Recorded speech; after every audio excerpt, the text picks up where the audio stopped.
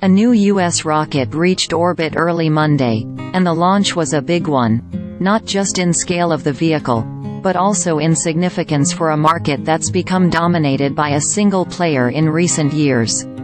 United Launch Alliance, or ULA, successfully launched its long-awaited inaugural Vulcan rocket from Florida's Cape Canaveral.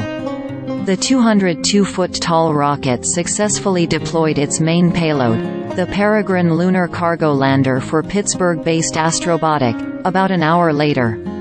Astrobotic's Peregrine is bound for the Moon, where it will attempt a landing on February 23, potentially becoming the first American spacecraft to soft land on the Moon since Apollo 17 more than 50 years ago.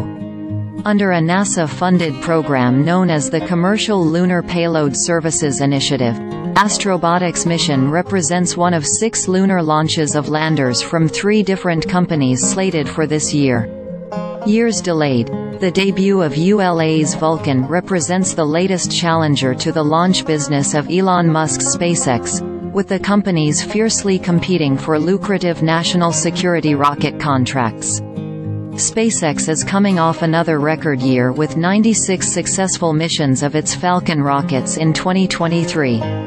ULA CEO Tory Bruno told CNBC late last year that his company plans to launch several times in 2024 before ramping up Vulcan's launch rate to every other week by the second half of 2025.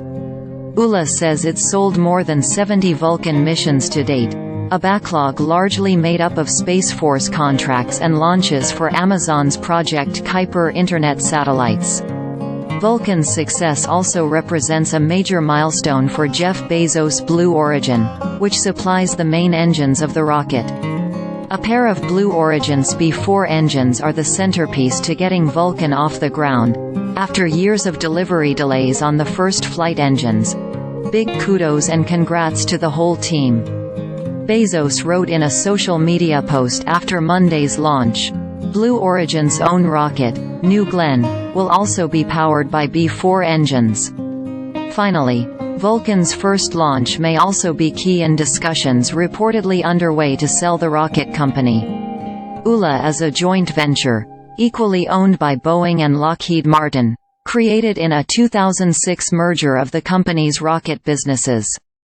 Blue Origin, private equity firm Cerberus Capital Management and industrials conglomerate Textron have each expressed interest in buying ULA, according to a WSJ report last month.